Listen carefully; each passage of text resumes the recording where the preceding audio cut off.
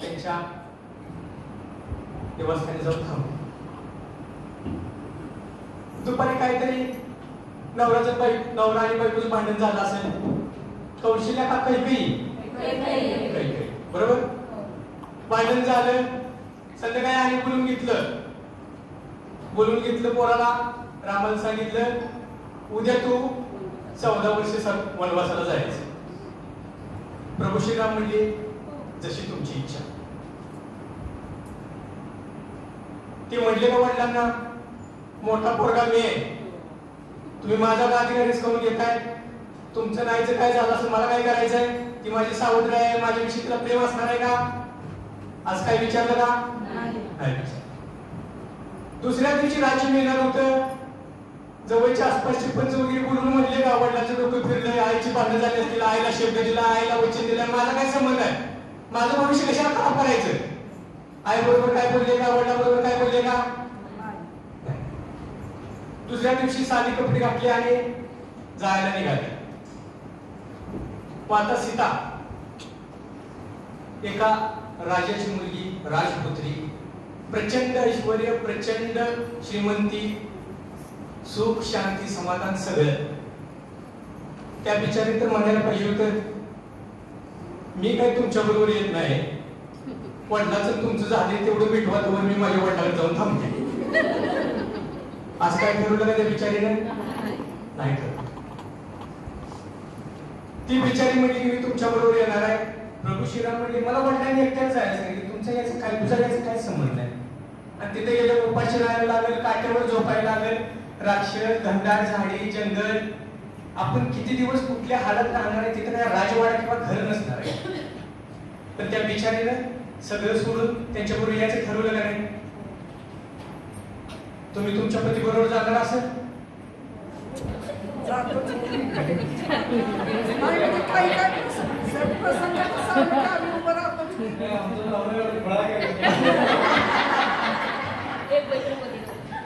तुम्ही ज्या पदावर आता काम करताय, बचत गटाचे तुम्ही अध्यक्ष असाल, सचिव असणार, तुम्हाला कौतुक करणारे पण भेटतील, शिव्या देणारे पण भेटतील, नावं ठेवणारे पण भेटतील, चांगलं म्हणणारे पण भेटतील, डोक्यावर घेणारे पण भेटतील, पदोपदी तुमचा अपमान करणारे सुद्धा तुम्हाला लोक भेटतील. जंगलात गेल्यानंतर प्रभू श्रीरामांचं काय दुर्दैव असेल, त्यांची बायकोच कोणतरी पळवून नेली. पळवून नेणारा साधा सुद्धा नव्हता. ज्याने देवांना नोकर म्हणून ठेवलं होतं तो रावण होता. रावण. आता प्रभू श्रीरामांनी म्हणायचं का आता पास झालं, वडिलांनी पहिल्याला बाहेर काढलं, आता कुणीतरी बायकोच पळवून नेली, वडिलांनी फोन केला पास, आता माझ्या डोक्याच्या वरनं गेलं सगळं. आता तेवढं तुम्ही सैनिक घेऊन या, तेवढं रावणाला माराने आपल्या घराला घेतो.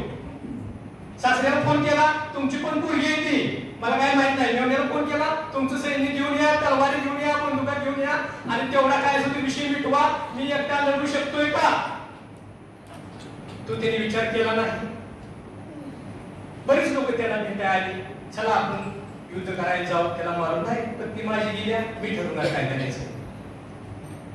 जंगलातली त्यांच्या सोबत असणारी साधी सुधी माणसं त्यांच्या सोबत आली आणि लंका रावणाची होती आणि सोन्याची होती. बरोबर आहे.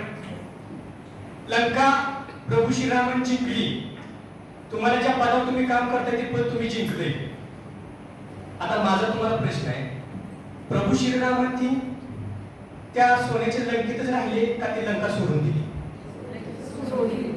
रावणाच्या भावाला ती लंका त्यांनी दिलीच ना परत. विभीषणाला ती लंका दिली का? म्हणायची बाबा आता राहू दे, अयोध्येत आलेलं असं तसा, आता हे राज्य पण एवढं भारे आणि तो सोडलं आहे सगळं, कशाला जायचं आपल्या वडिलांच्याकडे? वडिलांनी आता दाखवायचं बघा मला तुम्ही घरातून बाहेर काढलं, आता सोन्यावर राज्य करतोय मी. आज काय केलं का? अजून हा झाला भाग एक.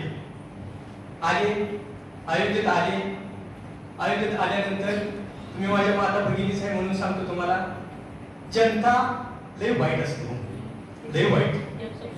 तुमच्या गावची, आमच्या गावची, सगळ्यांच्या गावची जनता लय वाईट असते. त्या वाईट जनतेला चांगल्या मार्गावर आणण्यासाठी आपण असतो. जनतेने सांगितलं ही एका परराज्यात राहिलेली आहे, अग्निपरीक्षा झाली पाहिजे. अग्निपरीक्षा त्या बिचाराची घेतली, प्रभू रामाची घेतली का अग्निपरीक्षा? अग्नी परीक्षेत ती बिचारी पास पण झाली. पास झाली तरी जनता म्हणते नाही, हिला या राज्यातून बाहेरच काढायचं. आपल्या पदावर आपण काम करत असताना आपल्याला येणाऱ्या अडचणी, हिला ह्या पदावरून काढायचंच. हिनं पैसे खाल्लेले आहेत, ही वाईटच आहे.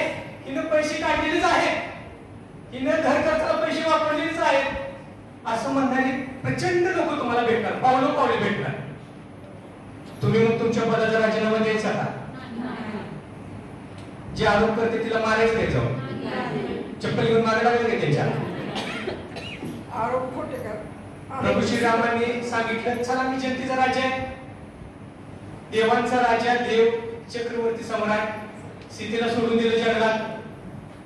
जंगलात सोडून दिल्यावर त्या राजाची मुलं जंगलात जन्माला आली.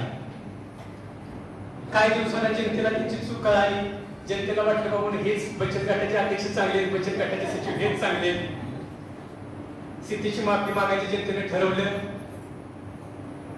रबर जास्त ताणल्यावर तुटतो, तोपर्यंत फार उशीर झाला होता.